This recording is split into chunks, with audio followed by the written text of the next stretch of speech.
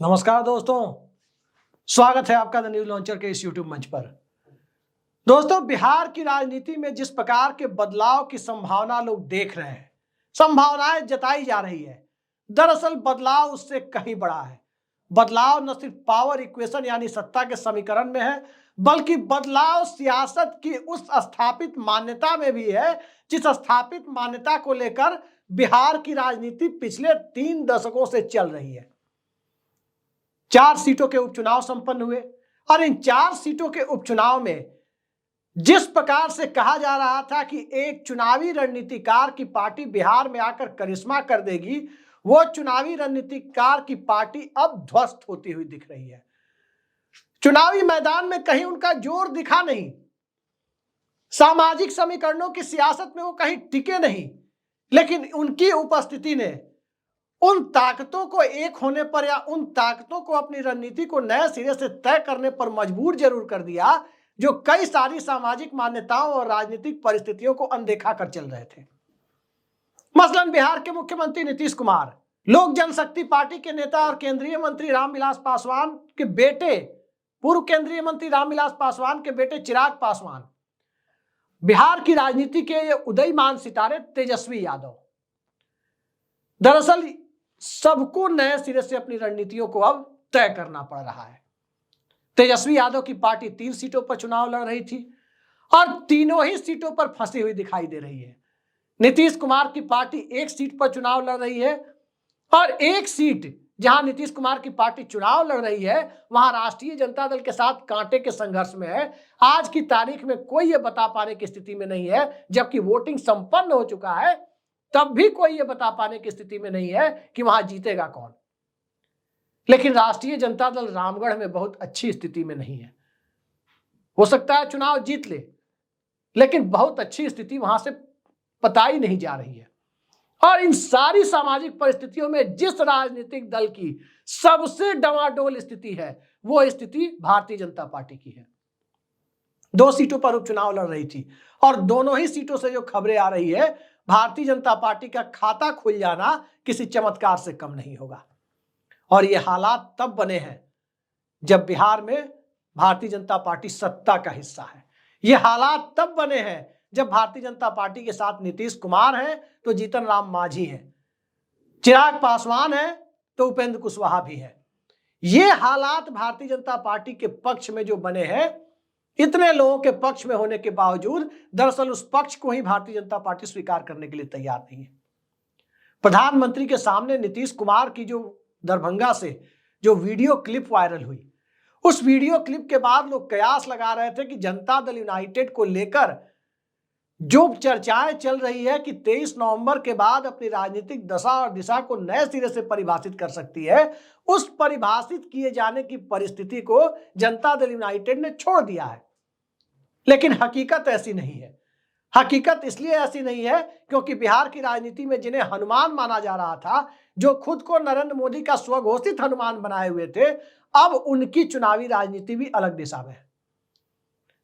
Janata Dal United अलग दिशा में है ही, एक पार्टी के अंदर कई पार्टी बनी हुई है। लोक जनशक्ति पार्टी जो चिराग पासवान की है, जो कभी नीतीश कुमार को ही जेल भेजने की बात करती थी, वो दरअसल अब जेल भेजने की बात नहीं कर रही है। अब वो नीतीश कुमार के लिए भारत रत्न मांगने की हद तक भी चली जाए तो आश्चर्य नहीं होना चाहिए, क्योंकि विकास पुरुष और क्या क्या पता नहीं कौन कौन से विभूषण है, वो तमाम तरह की चीजें वो बोल रही है। लेकिन ये हालात बने कैसे? दरअसल ये हालात इसलिए बने क्योंकि भारतीय जनता पार्टी का चुनावी हिंदुत्व जाति आधार पर और जातीय वोट बैंक पर टिकी हुई तमाम पार्टियों को लील रहा था। और जाति की राजनीति और सांप्रदायिकता की राजनीति दोनों एक साथ नहीं चल सकते। दोनों विपरीत ध्रुव हैं, नॉर्थ पोल और साउथ पोल, उत्तरी ध्रुव और दक्षिणी ध्रुव। और इन दोनों के बीच के कॉन्ट्राडिक्शंस को ना समझ पाने के कारण चिराग पासवान जो राजनीति कर रहे थे, उन्हें अब समझ में आने लगा कि नीतीश कुमार का विकल्प यदि भारतीय जनता पार्टी है तो फिर नीतीश कुमार चाहे जिस गठबंधन से सत्ता में बने रहे, लोजपा के सर्वाइवल के लिए वो परिस्थिति ही ज्यादा अनुकूल है। ये बात देर से ही सही, लेकिन चिराग पासवान को अब समझ में आती हुई दिखाई दे रही है। जीतन राम मांझी की सीट पर नीतीश कुमार ने अलग खेल किया। जीतन राम मांझी की सीट पर चिराग पासवान का core vote bank Prashant Kishor की जनसुराज लेकर चली गई। हालांकि वो चुनाव जीतने की स्थिति में नहीं आई, लेकिन उस वोट बैंक पर उसने अपना कब्जा जमाया। और जिस प्रकार से दलित वोटों के वर्गीकरण के मुद्दे पर नीतीश कुमार ने, जो दलित महादलित की राजनीति पहले ही कर चुके हैं, अब सिर्फ आरक्षण का अमली जामा पहनाना बाकी है, तो उन्होंने जिस प्रकार से जीतन राम मांझी का इस्तेमाल उस अमली जामा पहनाने के लिए किया, अब ठीक दूसरे पोल का इस्तेमाल नीतीश कुमार अपनी राजनीति के लिए कर रहे हैं। यानी Chirag Paswan,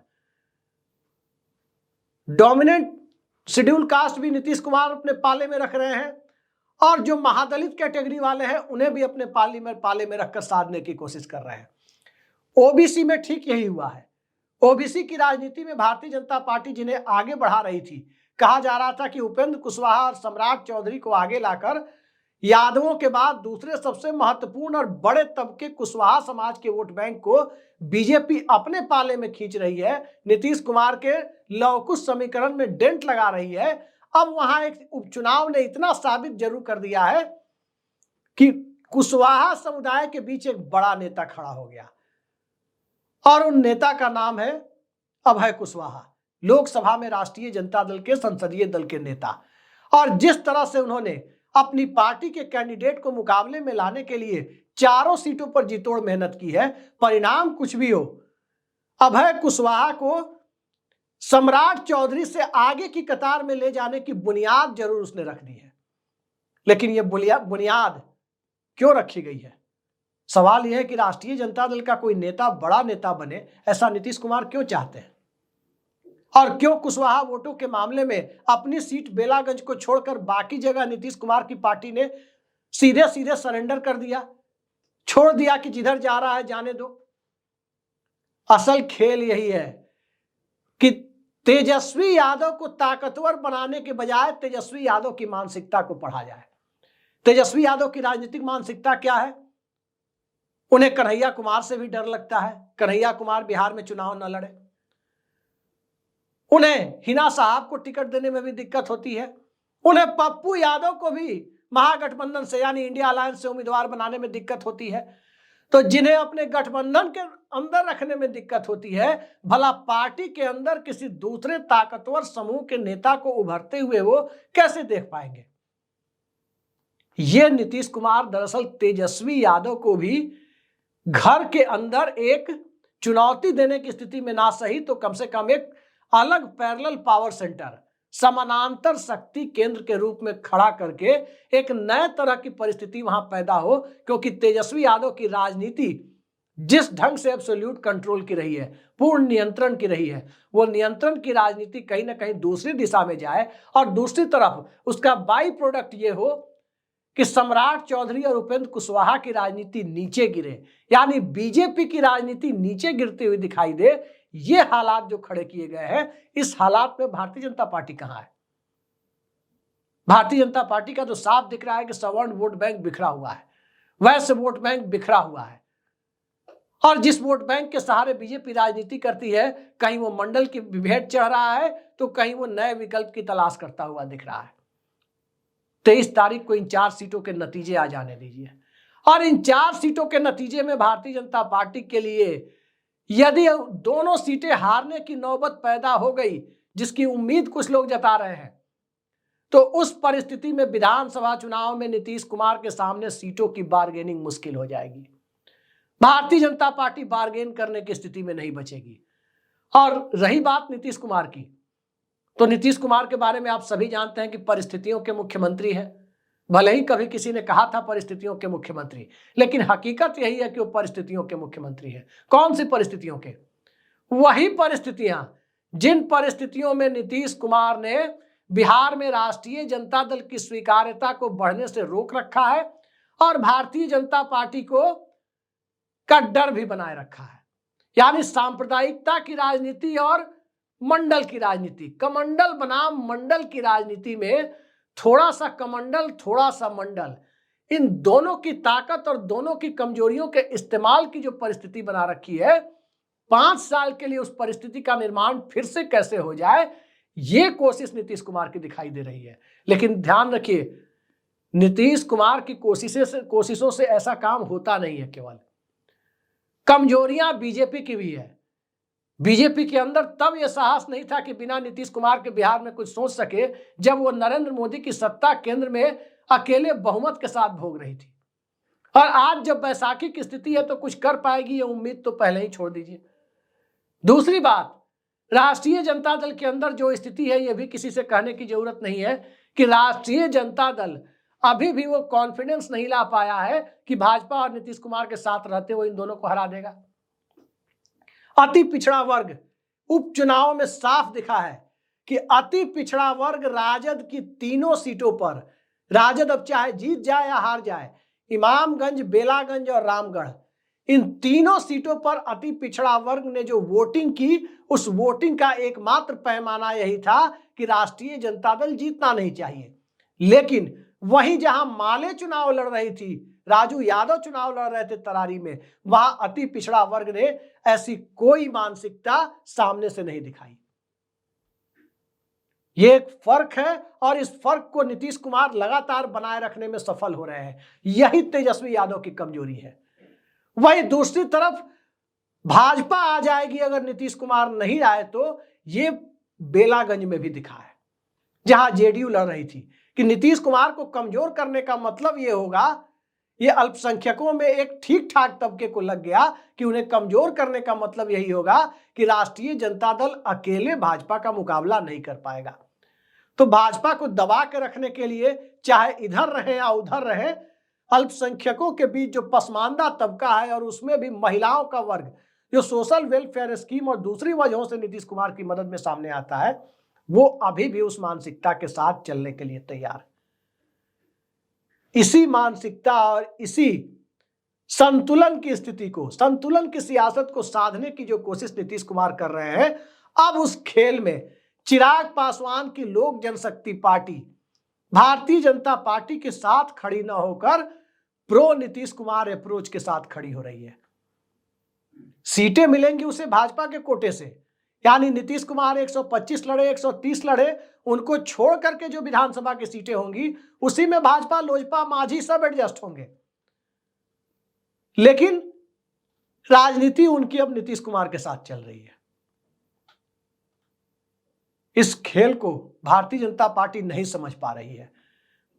Bharatiya Janata party meme material बनती जा रही है बिहार में कि नीतीश कुमार प्रधानमंत्री के सामने झुक गए, जितना प्रचार हो जाए।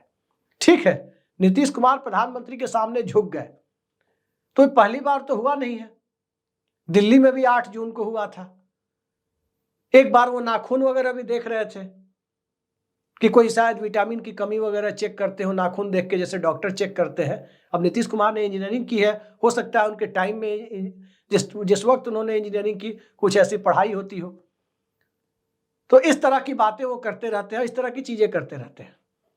सवाल यह है कि ये सब करने के बावजूद सियासत में जो प्रासंगिकता बनाए रखने की चीज है, भाजपा और राजद इस चीज को अब तक जानबूझकर समझते हुए अनजान क्यों बनी हुई है कि बिहार की राजनीति में जदयू तीसरे नंबर के वोट बैंक का प्रतिनिधित्व करती है। और वो वोट बैंक तभी तक उसके पास है जब तक उसके पास सत्ता का चुंबक है।